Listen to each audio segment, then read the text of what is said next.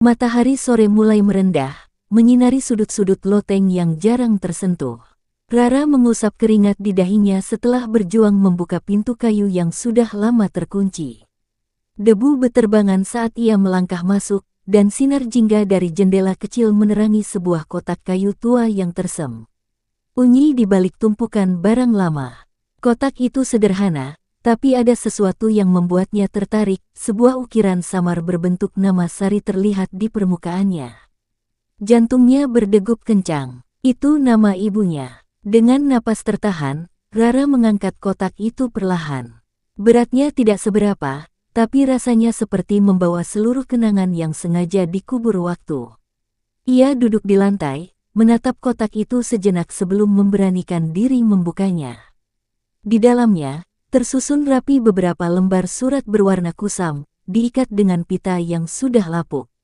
Surat paling atas membuat matanya berkaca-kaca, tulisan tangan ibunya yang khas, dengan kalimat pembuka yang langsung menusuk kalbu. Untuk Rara, jika suatu hari kau menemukan ini.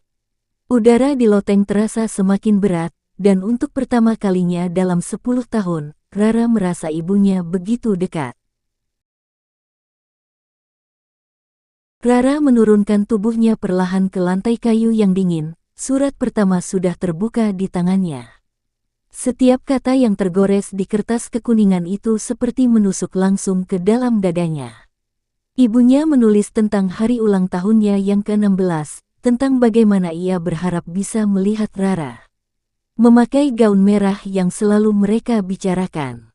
Tapi yang lebih menyakitkan, ada detail-detail kecil yang hanya mereka berdua yang tahu, seperti cara ibunya selalu menyelipkan coklat kesukaan Rara di bawah bantal saat ulang tahun. Tangannya gemetar saat mengambil surat berikutnya.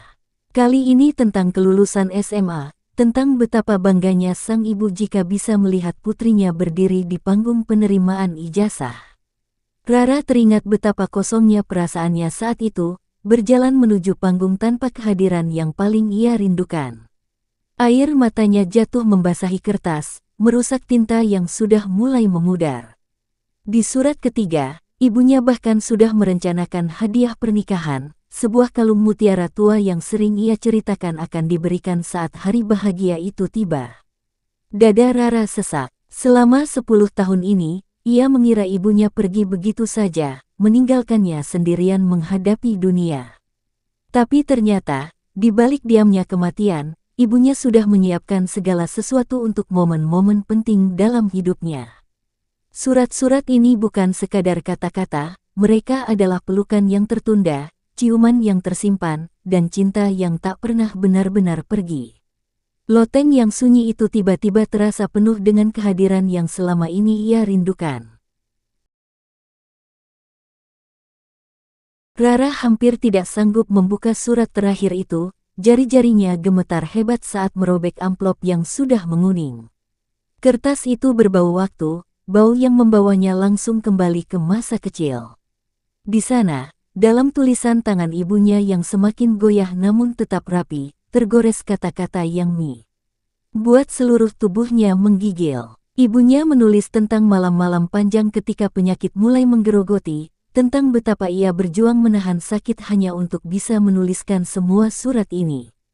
Kalimat terakhir itu yang menghancurkannya, permintaan maaf seorang ibu karena harus pergi terlalu cepat, dan sebuah pesan sederhana namun penuh arti, jangan biarkan duka mengubur semua impian yang pernah mereka bicarakan berdua. Rara memeluk surat itu erat-erat ke dada, air mata yang selama ini ditahan kini mengalir deras tanpa bisa dibendung. Di luar, hujan mulai turun dengan lebat, bunyi rintikannya di atap loteng seperti irama yang menyelaraskan diri dengan isak tangisnya. Pada detik itu, Rara merasakan sesuatu yang aneh, sebuah kehangatan menyebar di dadanya, seolah ada tangan tak terlihat yang sedang membelai rambutnya dengan lembut, persis seperti yang selalu dilakukan ibunya dulu ketika ia sedih. Selama ini ia merasa ditinggalkan, tetapi surat-surat itu membuktikan satu hal, cinta seorang ibu tidak pernah mengenal jarak, tidak pernah terkalahkan oleh waktu, bahkan oleh kematian sekalipun. Keesokan paginya, Rara membawa kotak kayu itu ke taman di belakang rumah, tempat yang dulu sering ia kunjungi bersama ibunya. Embun masih menempel di rerumputan ketika ia duduk di bawah pohon magnolia tua, tempat mereka biasa menghabiskan sore bersama. Satu persatu, ia membaca kembali setiap surat dengan teliti, kali ini tidak terburu-buru. Sinar matahari pagi menyelinap melalui dedaunan, menerangi kertas-kertas yang sudah menguning seiring berjalannya waktu. Dengan hati yang lebih tenang, Rara menyadari sesuatu yang selama ini luput dari pandangannya. Di setiap baris tulisan ibunya, tersirat bukan hanya kerinduan, tetapi juga keyakinan yang teguh akan masa depannya. Ibunya tidak pernah memintanya berhenti merindukan, tetapi memintanya untuk terus melangkah. Tangannya yang awalnya gemetar kini sudah stabil ketika melipat surat terakhir dan meletakkannya kembali ke dalam kotak. Ia mengeluarkan buku catatan dari tasnya, membuka halaman baru yang masih putih bersih. Dengan pena yang ia beli khusus kemarin, Rara mulai menulis daftar langkah-langkah konkret yang akan ia ambil. Mendaftar kembali ke universitas, merapikan kamar ibunya yang selama ini ia jadikan gudang, bahkan rencanakan kunjungan ke makam dengan membawa bunga segar. Untuk pertama kalinya sejak lama, ada sesuatu yang hangat mengalir dalam dadanya, bukan lagi kesedihan yang menghancurkan, tetapi tekad yang perlahan tumbuh, disirami oleh kata-kata terakhir ibunya yang kini menjadi kekuatannya. Angin sore berhembus lembut, membawa serta aroma tanah basah setelah hujan dan wangi magnolia yang mulai mekar. Rara menutup kotak kayu itu dengan perlahan, jari-jarinya membelai ukiran nama ibunya sekali lagi sebelum memeluknya erat.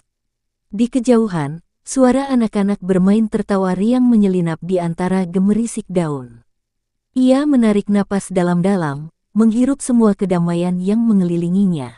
Kotak itu tidak lagi terasa seperti peti mati berisi kenangan yang menyakitkan, melainkan menjadi harta karun berisi cinta tanpa syarat. Rara tersenyum kecil, membayangkan ibunya pasti senang melihatnya sekarang, dengan mata yang sudah tidak lagi merah oleh tangis, tetapi berbinar oleh harapan baru.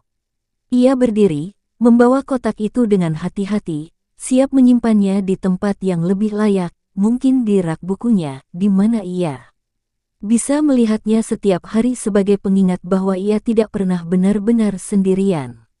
Langit berwarna jingga keemasan ketika Rara melangkah pulang, bayangannya memanjang di jalan setapak. 10 tahun ia berjalan dalam bayang-bayang kesedihan, tetapi hari ini, untuk pertama kalinya, ia merah.